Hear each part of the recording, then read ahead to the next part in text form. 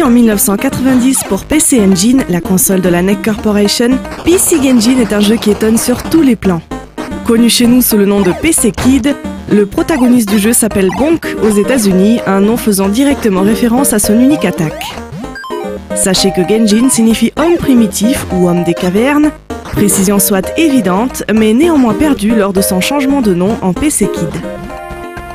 Introduit au départ en tant que personnage de comics dans un magazine spécialisé, PC Kid devait devenir la mascotte de la PC Engine.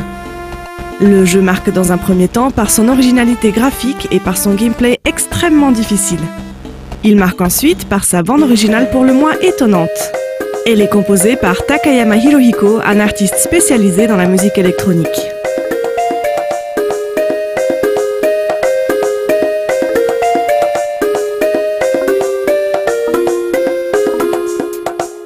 Une première chose à noter concernant la musique dans PC Kid est son absence quasi totale de rapport avec le contenu du jeu. Globalement, elle se contente d'ajouter au stress du joueur qui doit se frayer son chemin dans un mélange de jeux de plateforme et de beat 'em all.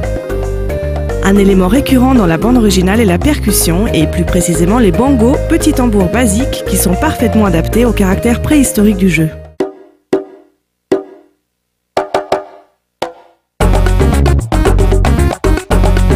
Un second élément récurrent est la rythmique latine. On va la retrouver dans pratiquement toutes les musiques de niveau.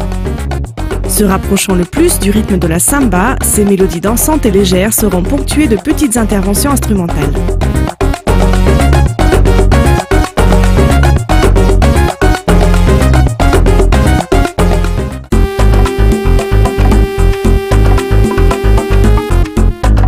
Il est à noter que Takayama Hirohiko n'utilisera pas ces mélodies latines exclusivement dans un contexte de chaleur, comme par exemple en présence de lave ou de palmiers. Ainsi, on entendra également un rythme latin dans les contrées glacées du monde numéro 3.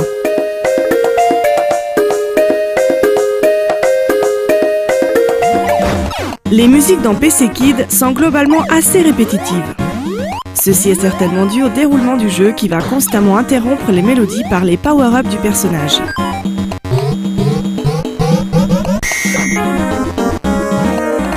Les effets sonores et la musique d'invincibilité vont alors introduire des variations dans la bande originale et la rendre moins uniforme.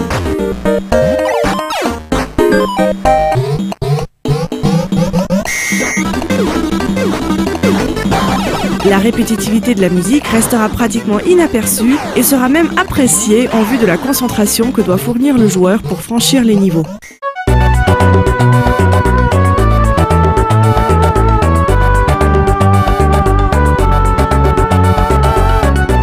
Une mention spéciale pour la musique de boss.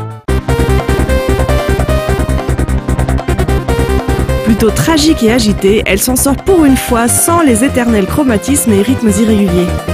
Au lieu de cela, elle compte sur la rapidité de sa basse et de son accompagnement qui mettent la pression aux joueurs. Les changements de tonalité soudains jouent également un rôle important.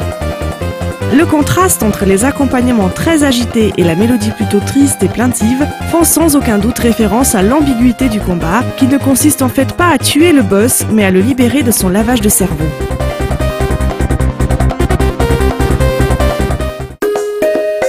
Je voudrais vous parler d'une dernière musique qui m'a marquée. Il s'agit d'une des mélodies finales du jeu que l'on peut entendre dans le 5e monde.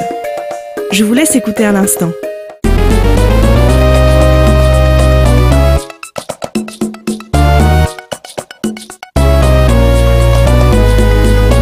Entièrement en décalage avec la musique plutôt harmonieuse du reste du jeu, il s'agit ici d'un parfait exemple de musique atonale, c'est-à-dire sans tonalité définie.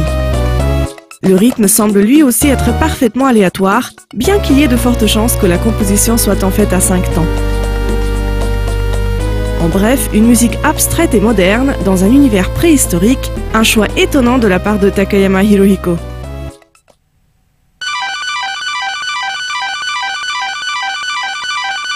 PC Kid est un jeu qui surprend par ses graphismes, ses personnages et son gameplay. Il semble évident que sa BO n'a rien à lui envier. Atypique et originale, elle joue un rôle primordial dans l'atmosphère décalée du jeu.